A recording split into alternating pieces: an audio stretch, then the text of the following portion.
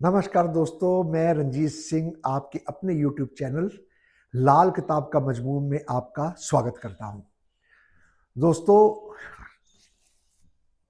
मुझे कई कॉल्स आई जिसमें उन्होंने मुझे कहा कि आप बहुत अच्छा काम कर रहे हो, आप अच्छी वीडियोस बना रहे हो, आप हमें एक लाल किताब के चैप्टर में बहुत शंका है या हम समझ नहीं पा रहे हैं, या कृपया इसको भी आप समझाएं। तो मैंने जब उनको पूछा क्या किस चीज में आपको शंका बताइए, तो उन्होंने मुझे कहा कि मंगल नेक और बद के लिए हमें बहुत ज्यादा मुश्किल होती है देखने में कि कुंडली में हम कैसे देखेंगे कि मंगल नेक है या मंगल बद है। तो दोस्तों, उसके मैंने उन्होंने कहा कि देखिए, ये जो सब्जेक्ट है मंगल का, ये काफी लंबा है और टेलीफोन पे इसको समझाना मेरे लिए और आपके लिए भी शायद उतना समय हम ना निकाल पाए। तो मैं कोशिश करूंगा कि आपको मैं अपनी वीडियो के जरिए मंगल नेक और बद के बारे में बताऊं, और जो इन्फॉर्मेशन रह जाएगी आप खुद किताब पढ़ें या कोई ऐसा गुरु ढूंढे जिन्हें लाल किताब की जिनको जानकारी हो, सूत्रों को खोल सके, क्योंकि बहुत ऐसे टीचर्स हैं जो कहते हैं कि हमने सूत्र खोल लिए हैं, हमने किताब खोल ली है। तो आप उनसे सीख सकते हैं, उनको कांटेक्ट कर सकते हैं। अगर आप मुझसे भी सीखना चाहती हैं तो मुझे भी आप कांटेक्ट कर सकती हैं। मेरा टेलीफोन नंबर है 9463414434। तो दोस्तों, मैं आपकी फरमाइश पर मंगल बद के कुछ नियम हैं जो किताब के लाल किताब में लिखा पूज्य पंडित जी ने, वो मैं आपके साथ साझा कर देता हूं। देखिए, मंगल बद को पंडित जी ने बहुत खतरनाक लिखा है। कहा है कि मंगल बद का जो प्रकोप होगा, जो उसका इफेक्ट होगा, वो उससे आप बच नहीं पाएंगे। इवन उन्होंने कहा कि आपकी बॉडी में भी जो मंगल बद का जो इफेक्ट है ना, वो भी आएगा। मतलब उसको रोक नहीं सकते आप, है ना। और ये इतना खतरनाक है मंगल बद, पंडित जी कहते हैं कि इसने पेशाब की नाली को भी टेढ़ा कर दिया। मतलब ये कोड वर्ड है, ये जब आप लोग पढ़ते हैं या पढ़ेंगे तो आपको समझा दिया जाएगा, वहां वो समझाएंगे जिनके पास आप पढ़ते हैं। तो मंगल बद बेसिकली जिस जातक की कुंडली में है, वो अपने लिए उसको कोई नुकसान नहीं है ना। अपने लिए सिर्फ उसको यही नुकसान है कि बॉडी में मंगल बद के इफेक्ट्स जो हैं आएंगे नजर, वो आ सकते हैं। लेकिन उसके परिवार में, उसके खानदान में मंगल बद का बहुत बड़ा रोल होगा, बहुत उसमें जो है नेगेटिविटी होगी। पंडित जी कहते हैं मंगल बद वाला इंसान वहां पैदा होगा जहां उस घर में परिवार के खानदान के 2-3 पुश्तें नामवार, शोहरत, इज्जत, दौलत वाली होंगी, और ये मंगल बद वाला इंसान उस दौलत को, उस शोहरत को, उस इज्जत को खत्म करने के लिए आएगा।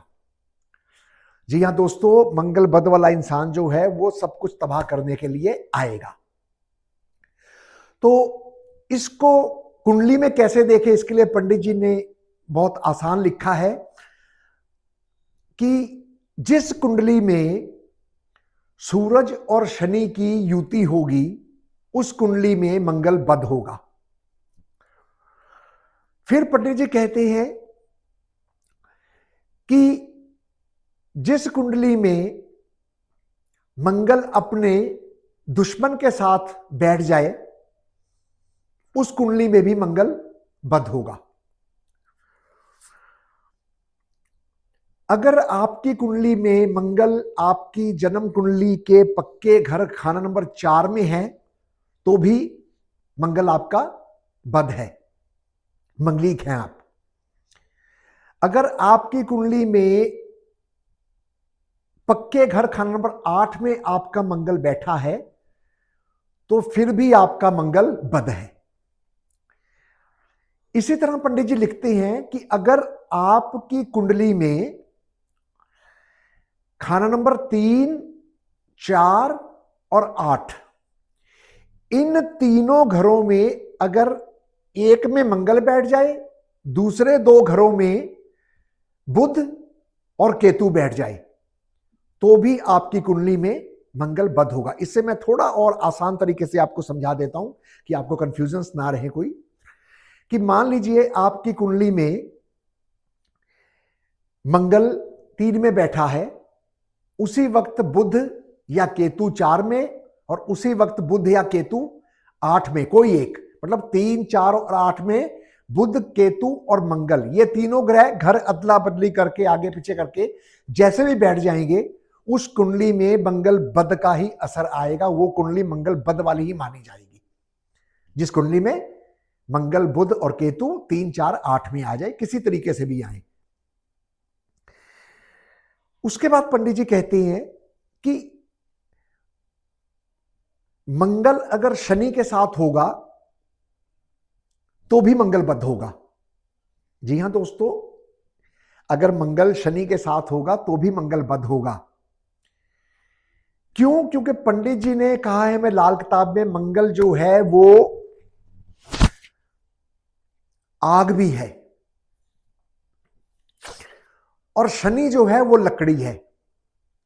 तो जब आग से लकड़ी मिलेगी तो लकड़ी ने जल जाना है, मंगल बद का असर ऑटोमेटिकली आ जाना है।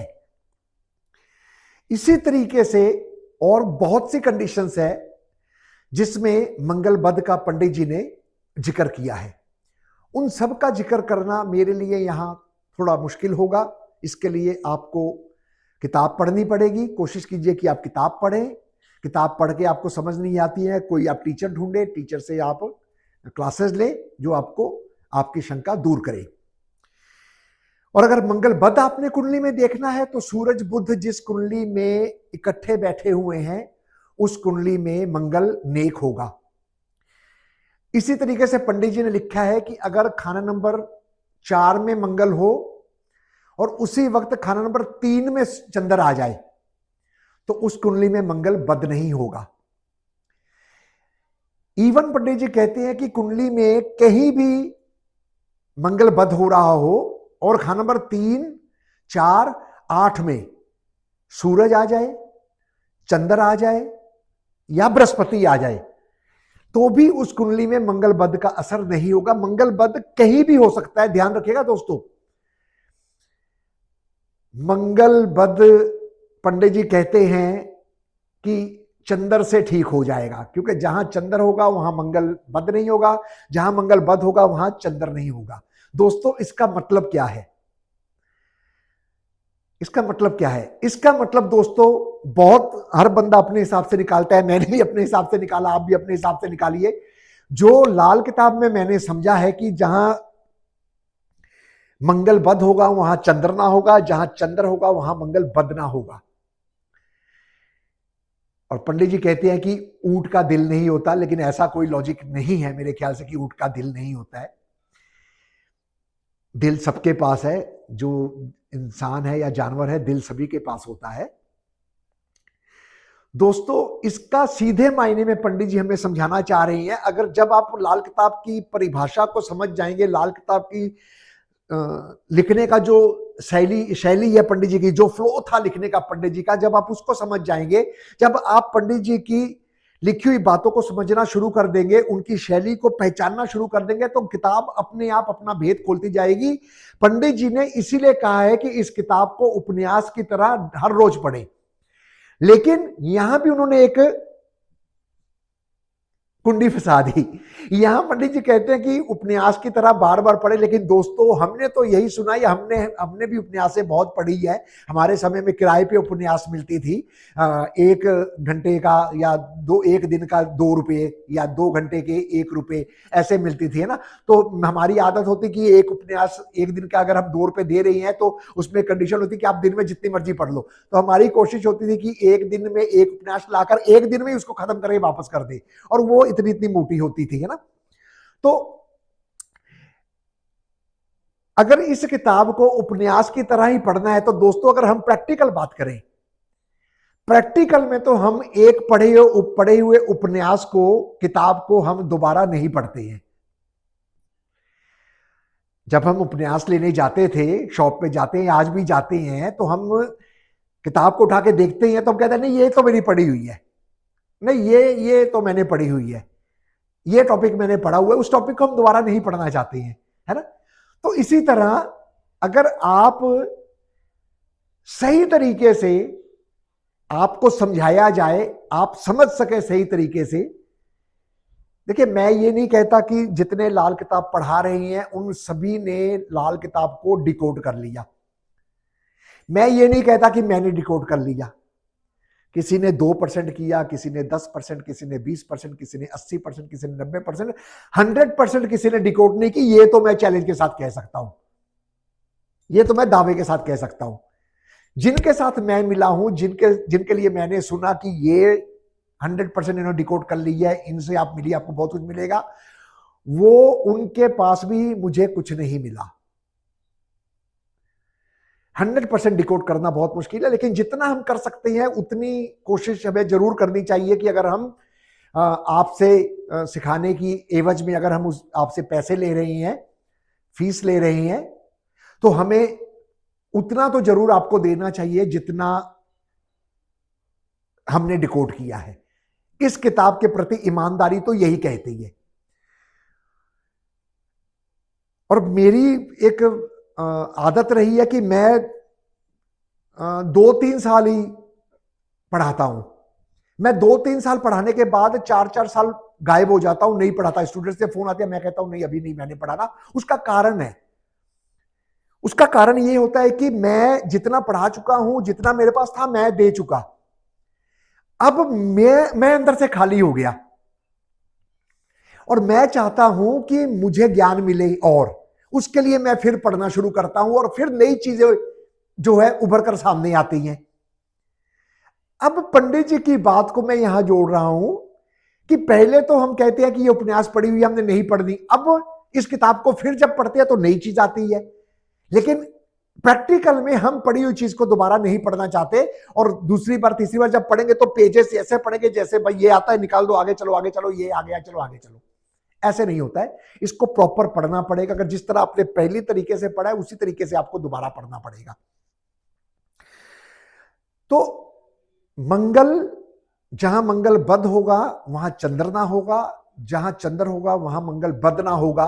ये एक कोड लैंग्वेज है ना। इसको हम कह सकते हैं कि ऊंट का दिल नहीं होता है, ऊंट को पानी से मोहब्बत नहीं होती है, उसे रेत से मोहब्बत होती है ना। वो रेत में रह के खुश होता है, रेगिस्तान में ऊंट खुश होता है ना। तो क्या जब वहां रेगिस्तान में पानी आता है तो ऊंट नहीं होता है? ऊंट तो फिर भी वही होता है। तो इसका मतलब सीधी सीधी सी भाषा में अगर हम समझे तो इसका मतलब कुछ और है, ये नहीं है, एटलीस्ट ये नहीं है ना। इसको अब कैसे समझना है मैं आपको वो समझाता हूं। मंगल के दो स्वभाव दिए हैं पंडित जी ने, एक मंगल नेक और एक मंगल बद। मंगल दो भाई गिनते हैं, ऐसे करके पंडित जी ने कपलेट लिखी है। नेक दान को गिनते हैं, जहर मंगल बद को गिनते हैं, ऐसे करके पंडित जी ने कपलेट लिखी है।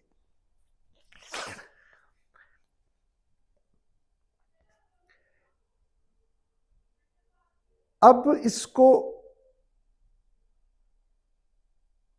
समझने के लिए पंडित जी ने कहा जो मंगल नेक है वो अच्छा है, जो मंगल बद है वो बुरा है। और जहां मंगल बद होगा वहां चंद्र ना होगा, जहां चंद्र होगा वहां मंगल बद ना होगा। यानी कि मंगल नेक को चंद्र के साथ पंडित जी ने ऐसी कोई कपलेट कविता नहीं बनाई जहां होगा या नहीं होगा करके, सिर्फ मंगल बद के लिए बनाई है। अब मंगल बद को पंडित जी ने लिखा है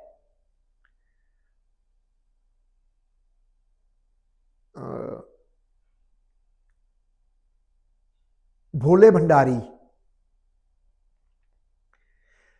मंगल बद को पंडित जी ने लिखा भोले भंडारी और शमशान का मालिक, है ना। मंगल नेक जो है वो शिव जी, और मंगल बद जो है वो भोले भंडारी, शंभू, शिव शंभू। शंभू वो है, शिव वो है। तो मंगल बद यानी कि मौत का तांडव करने वाला, मौत देने वाला, ये मंगल बद के काम है। और जो चंद्र है वो है आपको आयु देने वाला। बारीकी को समझिए सर, बारीकी को। मंगल बद आपको मौत देगा, तो अगर आपका मंगल बद है या कुंडली में मंगल बद है, मौत है, तो वहां जीवन कैसे आ जाएगा? दोनों में से एक ही चीज उपस्थित होगी। जीवन है तो मौत नहीं है, जब मौत है तो उस वक्त जीवन नहीं है। जहां मंगल बद है, जहां मौत है, वहां चंद्र नहीं है, यानी कि आयु नहीं है। और जहां आयु है, चंद्र है, वहां मंगल बद नहीं है, वहां मौत नहीं है। तो जहां मंगल बद होगा वहां चंद्र ना होगा, जहां चंद्र होगा वहां मंगल बद ना होगा। इसका ये मतलब हमें पंडित जी समझाने की कोशिश कर रही हैं। एक मुहावरे के तौर पे वो समझा रही हैं। इसको समझने के लिए पंडित जी सिर्फ हमें इतना समझाना चाह रहे हैं कि इस सच्चाई को आप समझो। और खाना नंबर 8 में ही देखिए आप, मंगल बद का घर जो है वो खाना नंबर 8 है, जहां पे शमशान घाट है, जहां पे भोले शंकर का वास है, जहां शंकर है। और वहीं पे चंद्रमा है जो कि नीच का है। जब आपकी आयु खत्म, आपको मौत प्राप्त होगी।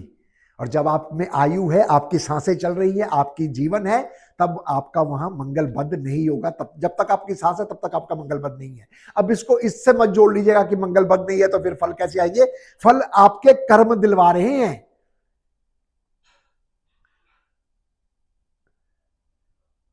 पंडित जी ने लिखा है फल जो है आपके कर्म दे रही हैं, वो कर्म से आपको फल मिल रही है, ना कि आपकी कुंडली आपको फल दे रही है। आप बारीकी को समझिए। हुक्म विधाता मिले तो लेख ज्योतिष बतलाता है। पंडित जी कह रही हैं कि अगर उसका हुक्म होगा तो आप लेख बतला पाओगे, आप तब कुंडली देखकर बोल पाओगे। बदल पाओगे नहीं, पंडित जी ने लिखा है, बोल पाओगे, दैट्स इट। लेकिन आज के एस्ट्रोलॉजर्स तो बदलने का दावा कर रहे हैं। मैं भी, चलिए मैं भी कहता हूं, आज तो हम बदलने का दावा कर रहे हैं, आज तो हम गारंटियां ले रही हैं, आज तो हम लोगों के मुकद्दर बदल रही हैं, कह रही हैं मैंने बदल दिया मुकद्दर, मैंने इसकी शादी करवाई, मैंने इसके बच्चा करवाया, औलाद इसको मेरे उपायों से हुई है, शादी इसकी मेरे उपायों से हुई है, घर इसको मेरे उपायों से मिला है, ये डॉक्टर बना मेरे उपाय करके, ये जज बना मेरे उपाय करके। उसकी अपनी कोई मेहनत नहीं है। उसने जज का पेपर दिया, उसने मेंस क्लियर किए, इंजीनियर बना, उसका अपनी कोई मेहनत नहीं है। आपके वो उपाय, आपने कुछ जल प्रवाह करा दिया, वो इंजीनियर बन गया, अदरवाइज उसने इंजीनियर नहीं बनना था, यहां नहीं लिखा था उसने इंजीनियर बनना है।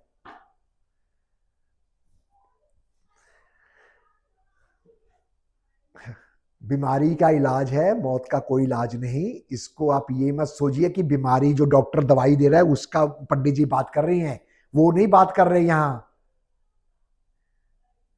वो ग्रह फल और राशिफल की बात कर रही हैं कि आप शक का फायदा उठा सकते हो, रेखा में मेखा लगा सकते हो तो आप लगा लो। बीमारी राशिफल है सर, मौत ग्रह फल है जो अटल है, उसको आप नहीं बदल सकते। ये वो बीमारी, वो मौत नहीं है, ये वो बीमारी है जो राशिफल की है। शक का फायदा उठा सकते हैं। अगर आपने किताब पढ़ी है तो ध्यान से देखिए उस लाइनों को कि राशिफल से आप शक का फायदा उठा सकते हैं, दैट्स इट। अगर है तो सिर्फ रूह की शांति, रूह की शांति। चलिए दोस्तों, आप सबकी फरमाइश पर यह छोटा सा टॉपिक मैंने मंगल बद के लिए बनाया।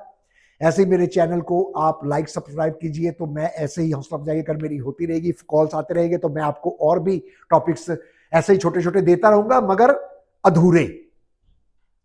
इन टॉपिक को अगर आप पूरा समझना चाहते हैं तो कृपया मेरी क्लास ज्वाइन करें या किसी ऐसे गुरु की क्लास ज्वाइन करें जो आपको इस तरह की जगाने वाली वीडियो बताता हो, सच्चाई बताता हो। वो वीडियोस नहीं जिनमें सिर्फ और सिर्फ अपनी स्क्रिप्ट लिखी हो और उसको पढ़ के सुनाई जाए।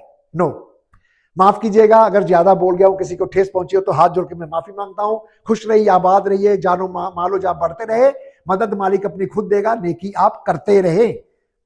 अपना घर, अपना मोहल्ला, अपना गांव, अपना देश स्वच्छ रखे, साफ रखे। धन्यवाद।